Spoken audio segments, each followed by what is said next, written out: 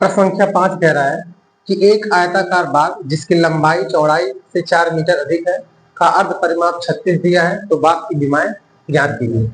अब देखिए ये एक आयत है, आयत के आमने सामने की भुजा बराबर होती है, ये आयत हो गया, ठीक है ना। ये कह रहा है कि यहाँ देखना एक आयताकार बाग, बाग कैसा है, आयताकार है।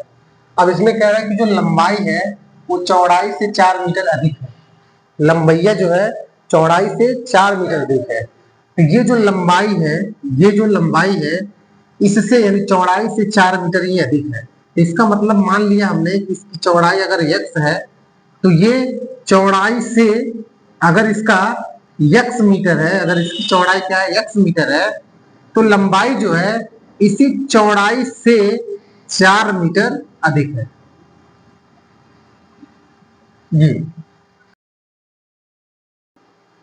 जी बात में है।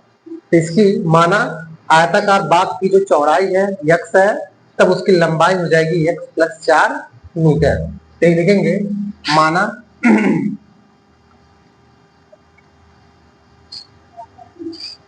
आयताकार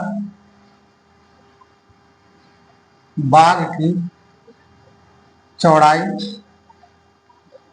बराबर x मीटर, तब लंबाई बराबर x प्लस 4। क्यों? क्योंकि चौड़ाई से 4 अधिक है मीटर। बस में अब देखना ध्यान से,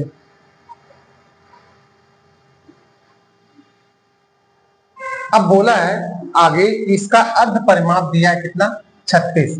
तो देखिए अगर आपको याद नहीं है तो याद होना चाहिए, आयत का क्षेत्रफल जो होता है ये लंबाई गुणे चौड़ाई होता है। आयत का जो परिमाप होता है, आयत का परिमाप जो होता है ये 2 गुणे लंबाई धन चौड़ाई होता है। और इसका अर्ध परिमाप जब पूछेगा, अर्ध परिमाप जब पूछेगा तब आप कहेंगे 2 गुणे L plus B divide by 2, मतलब परिमाप का आधा अर्ध परिमाप हो जाएगा, ठीक है ना। तो वही चीज हम अप्लाई कर रहे हैं, आयत का अर्ध परिमाप। देखिए ये दिया है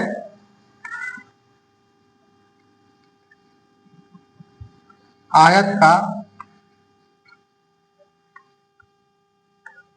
अर्ध परिमाप बराबर 36 मीटर। बस में अब देखो अगर 36 मीटर दिया है तो अर्ध परिमाप बराबर होता क्या है, तो अर्ध परिमाप बराबर होता है 2 गुणे एल प्लस बी, होता है 2 गुणे एल प्लस, यानी एल मतलब लंबाई प्लस बी मतलब हो गया चौड़ाई, इसी का ये आधा हो गया। यही बराबर कितने, 36 मीटर। कोई दिक्कत? अब 2 से ये 2 कैंसिल हो जाएगा। लंबाई कितना है, तो लंबाई है, देखिए लंबाई दिया है x प्लस 4, तो इसके जगह हो जाएगा x प्लस का 4, और ये प्लस है प्लस, और चौड़ाई कितना है x, तो x, और ये बराबर किसके हैं, 36 के।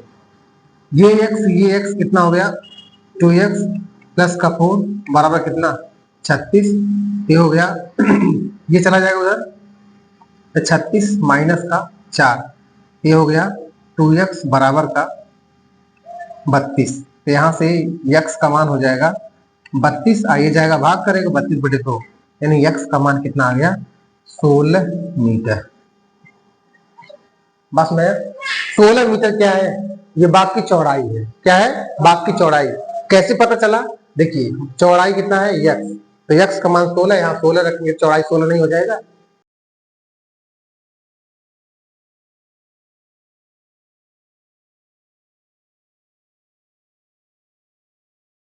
बाग की चौड़ाई कितना है, 16 मीटर, और इसकी बाग की जो लंबाई है वो हो जाएगी, 16 में 4 जोड़ेंगे तो 20 मीटर। अगर यहाँ से क्षेत्रफल पूछता तो अब क्षेत्रफल भी निकल जाता, ठीक है ना, कोई दिक्कत नहीं।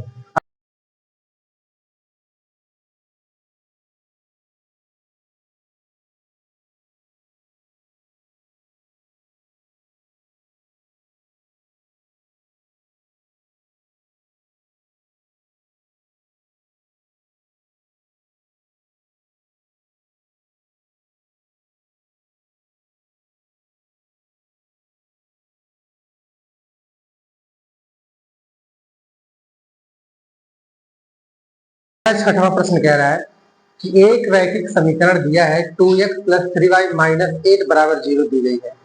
दो चरों में एक ऐसी रैखिक समीकरण अपने मन से बनाना है ताकि वो जो दोनों का जोड़ा बने, पहला जोड़ा ऐसा बनाइए ताकि प्रतिच्छेद करे, दूसरा जोड़ा ऐसा बनाइए ताकि समांतर करे, और तीसरा जोड़ा ऐसा बनाइए ताकि वो संपाती करे। ठीक है ना। अब देखिए इसमें से अगर हम इसे हल करें,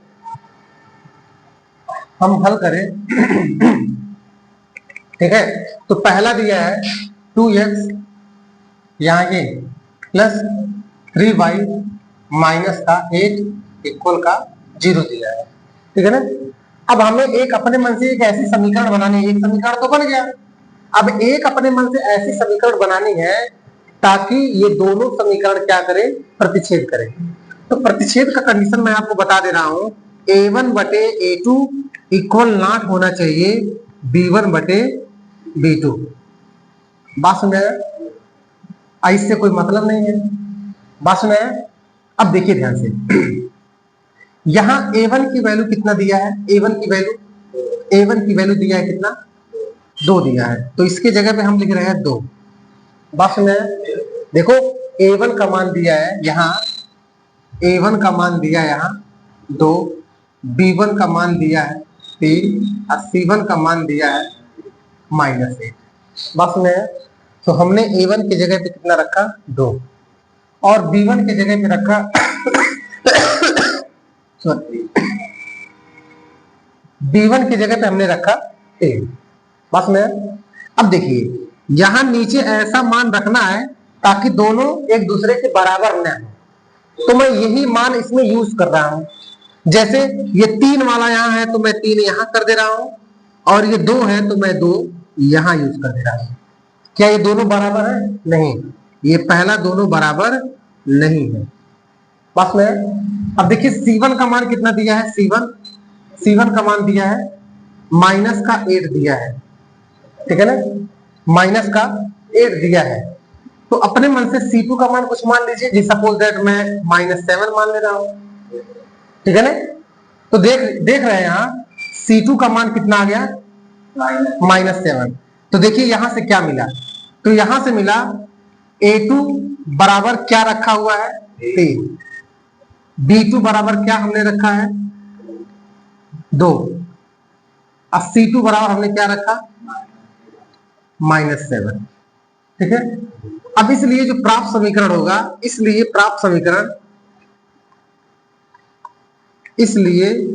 जो प्राप्त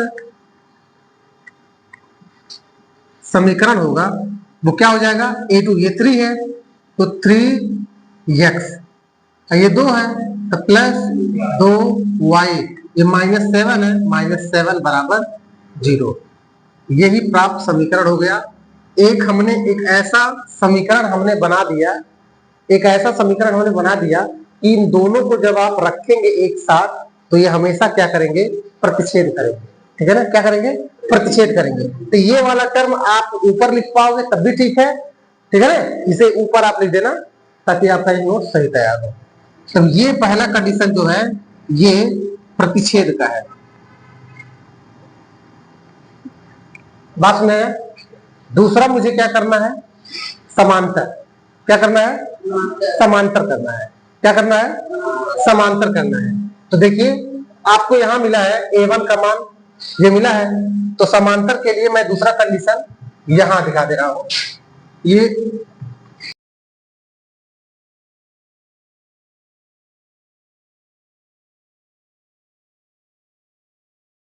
दूसरा कंडीशन है। ठीक है ना, ये दूसरा कंडीशन है।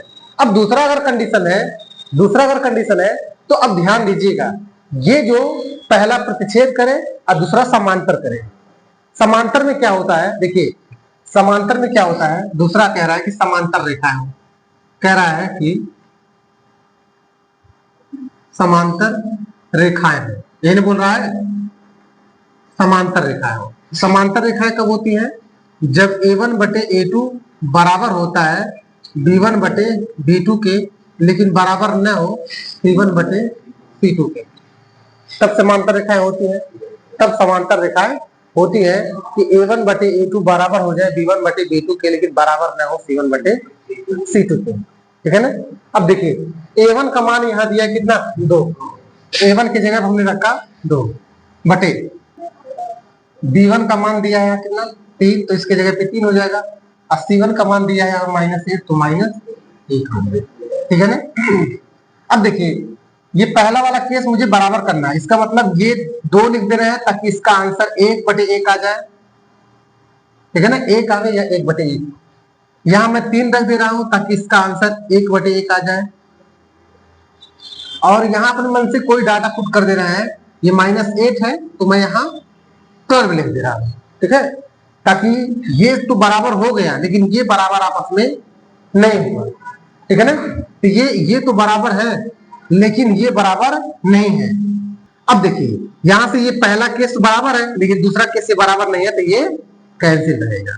तो प्राप्त समीकरण क्या हो जाएगा, ये 2 से बन जाएगा, नीचे वाला क्यों लिखना है 2 से 2x प्लस 3 से हो जाएगा 3y और ये +12 हो जाएगा, अब बराबर 0। ये दूसरा समीकरण हो गया। ठीक है ना, इसका मतलब ये है कि मैंने समांतर रेखा कैसे बनाया दोनों समीकरण से। तो पहला समीकरण जो दिया था उसका a1 a2 ऊपर लिख दिया, और ये केस होता है इस मान रख दिया आंसर। ठीक है ना, आगे तीसरा वाला केस बताइए। तीसरा कह रहा है कि संपाति के लिए बनाना है संपाति। तो ये पहला समीकरण दिया है 2x प्लस 3y माइनस का 8 इक्वल का 0।